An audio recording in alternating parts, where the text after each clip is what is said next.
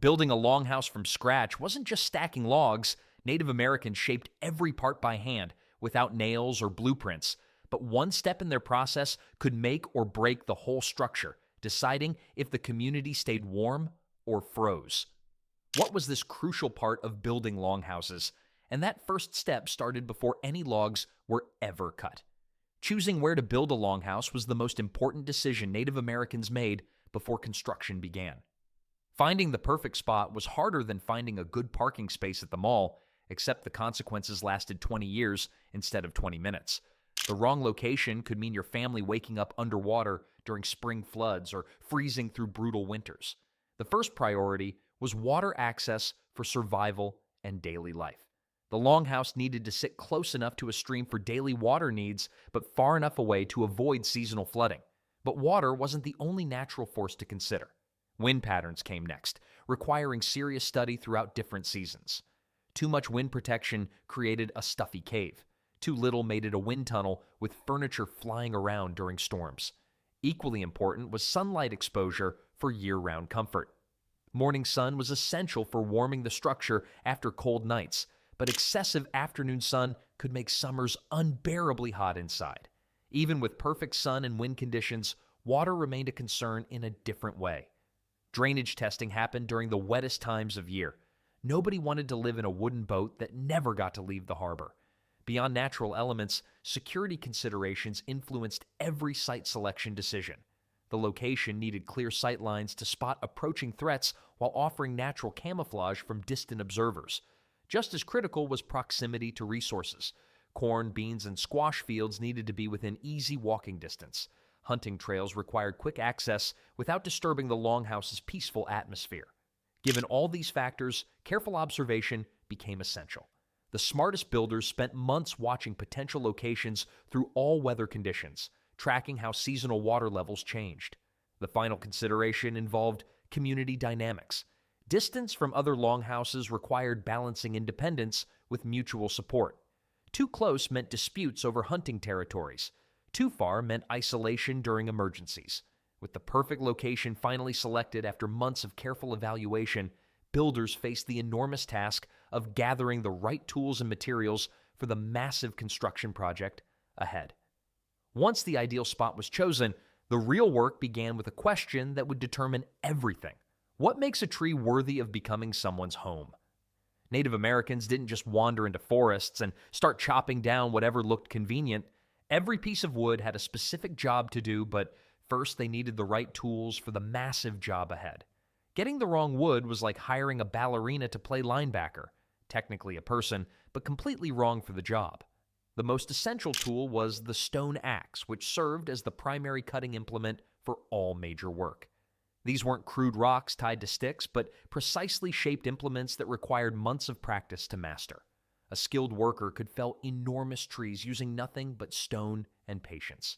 Working alongside the axes were wooden mallets, which delivered powerful blows for splitting logs into usable pieces.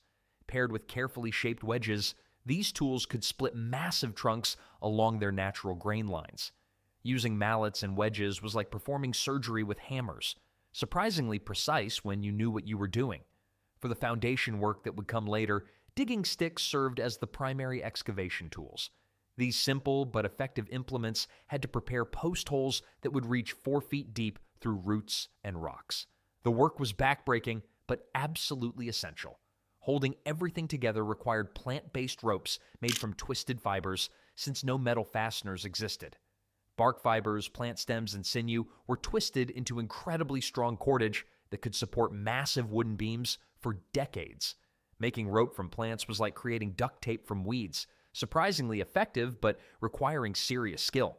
Completing the toolkit were sharp stone knives that handled detailed work like bark removal and surface smoothing.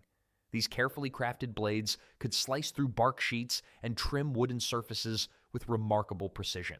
With tools ready and tested, the next challenge was selecting the right wood for each part of the structure. Cedar emerged as the superhero of the forest when it came to main support posts. Its natural chemicals repelled insects and resisted rot like nothing else available. While other buried posts turned to mush within 5 years, cedar could stay strong underground for decades. Playing a completely different role was elm, which brought essential flexibility that other woods couldn't provide.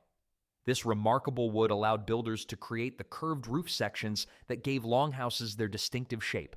The timing of elm harvesting was crucial since it had to be cut and used immediately while still green. The scale of material requirements was staggering for any community to manage. A single longhouse devoured the forest like a hungry giant. Over 200 trees had to die for one building project. 30 massive cedars became support posts, while 50 medium trees turned into roof beams. Throughout the entire preparation process, quality control inspections happened at every stage to prevent future structural failures. Each piece was carefully examined for cracks, knots, and other defects that could cause structural failure years later. When family safety depended on structural integrity, perfectionism wasn't optional. Now came the moment of truth, turning all these carefully prepared materials into an actual structure that could withstand everything nature would throw at it. With materials gathered and sorted, the community faced their biggest challenge yet. Picture 30 adults trying to assemble the world's largest piece of furniture without instructions, power tools, or the ability to return anything to the store. One wrong move could turn months of preparation into a very expensive pile of pickup sticks. The foundation work began with the brutal reality of digging post holes using those stone tools. Post holes had to reach 4 feet deep through roots and rocks. The excavation happened one painful scoop at a time using those wooden digging sticks. Once the holes were ready, measuring and alignment turned into an exercise in ancient engineering.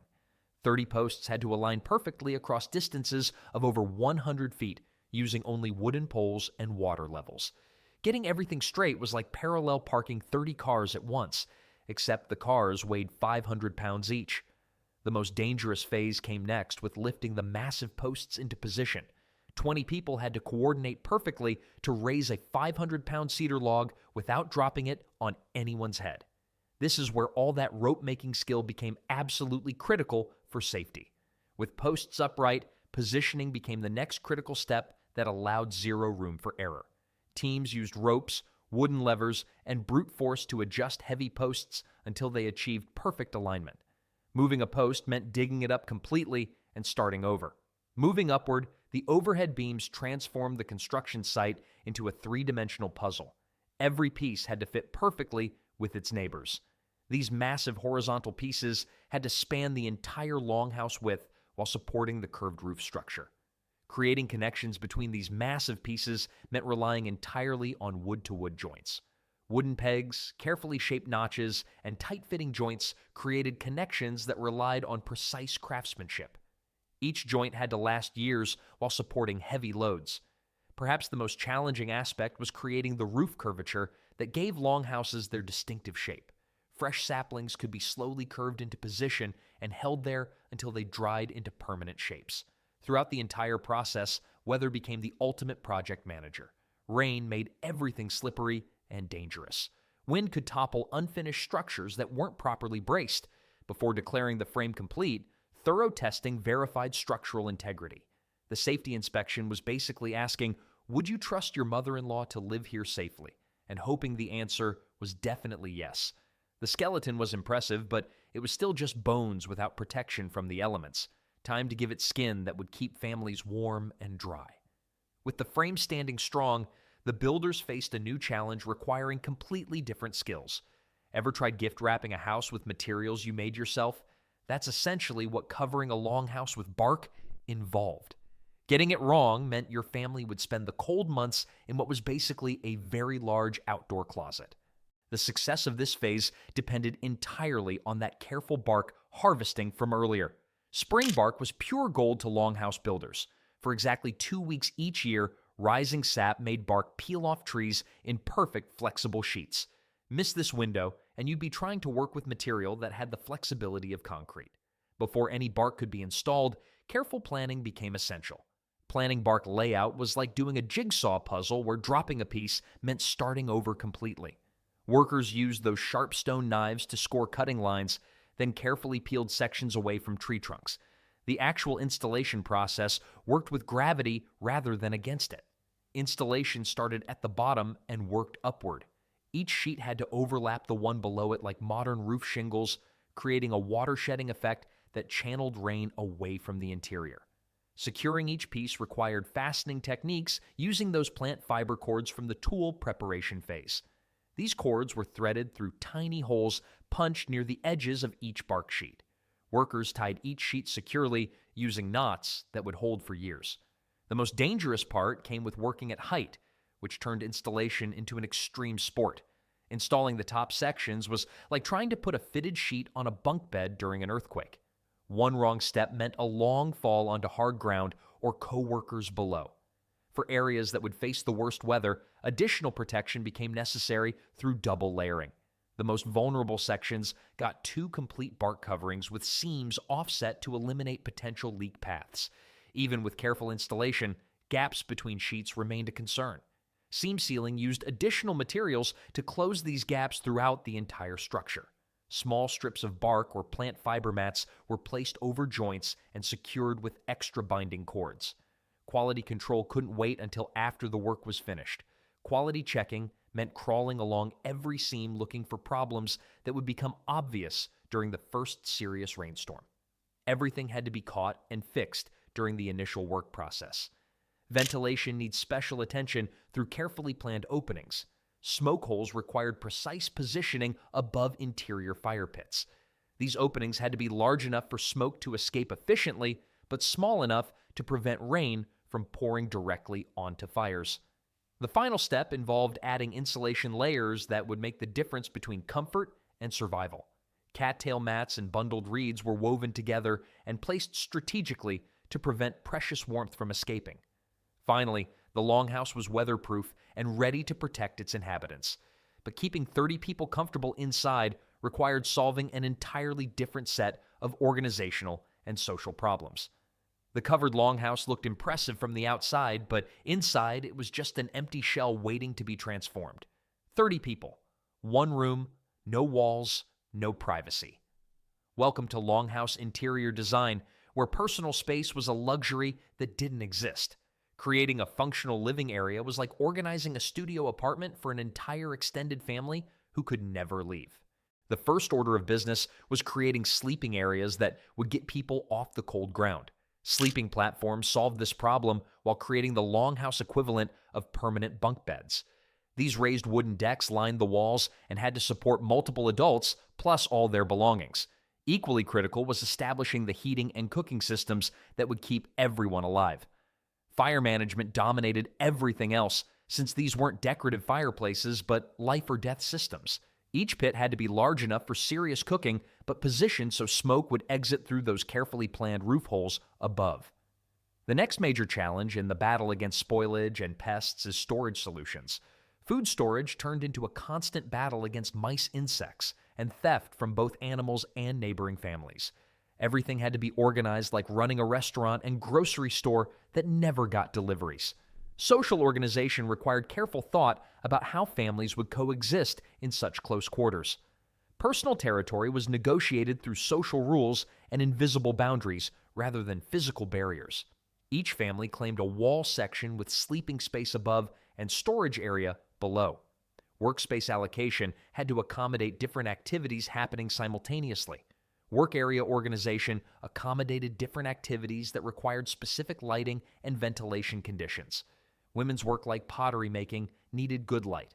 Men's tool maintenance required a workspace that wouldn't interfere with cooking or sleeping areas. Movement patterns through the space required careful planning to prevent accidents. Traffic flow was choreographed to prevent collisions in the narrow central aisle. Managing foot traffic was like directing airport traffic, except the planes were people carrying hot soup and sharp knives. Practical considerations like lighting imposed strict limitations on when activities could happen. Lighting came entirely from fires and whatever sunlight filtered through those smoke holes above. Activities requiring good visibility had to be scheduled during daylight hours. Climate control presented ongoing challenges requiring constant attention. Temperature control was a balancing act between areas that were too hot and others that remained freezing cold. Fire areas could become uncomfortably warm while distant corners stayed cold enough to see your breath. Creating personal space in a communal environment demanded creative solutions. Privacy solutions relied entirely on creativity and social cooperation since physical walls weren't an option. Hanging mats created temporary visual barriers when families needed separation.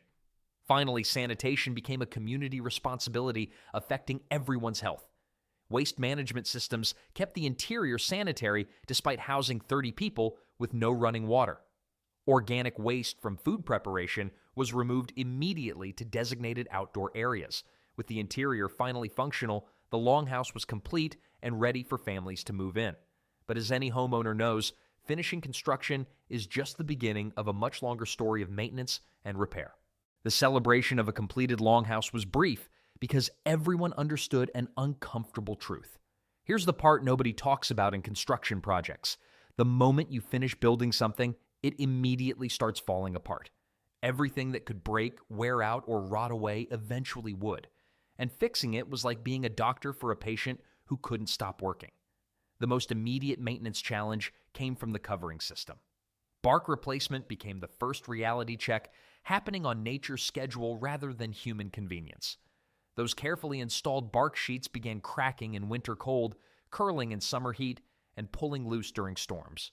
More serious, but harder to detect, was the structural decay happening beneath everyone's feet.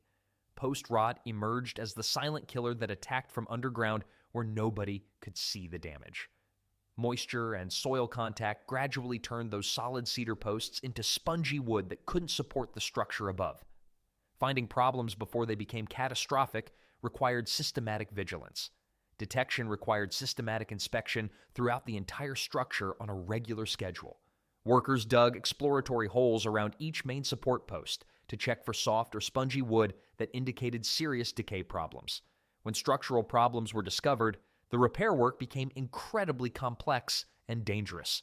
Replacement work while people continued living inside was engineering nightmare fuel. It was like performing surgery on a house while the family was still eating dinner in the operating room. The scale of major repairs required community cooperation that transformed work into social events. Community work parties transformed necessary repairs into social events that strengthened family bonds while accomplishing essential maintenance tasks. When major repair work was needed, extended families gathered to help with labor-intensive tasks. Success in repairs depended heavily on understanding natural cycles and material availability. Timing everything around weather patterns and seasonal availability of materials was crucial for successful repairs.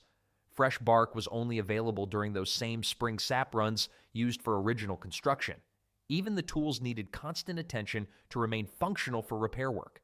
Tool maintenance consumed almost as much time as building maintenance since nothing worked without functional equipment. Those stone axes required constant sharpening to maintain cutting edges. Smart families began planning for eventual replacement long before it became necessary. Planning for total reconstruction started months before it became necessary to abandon the current structure. A well-maintained longhouse could serve families for 15 to 20 years before requiring complete rebuilding. Preparation for ongoing maintenance became a way of life rather than an occasional activity. Material stockpiling for future repairs began immediately after construction was completed. Being prepared for repairs was like keeping a first aid kit for your house, except the bandages were made of tree bark. The endless cycle of building, maintaining, and rebuilding continued for generations, with each longhouse serving as both shelter and school for future builders. Every repair project became a training opportunity where experienced builders taught younger family members the techniques required for keeping these structures functional.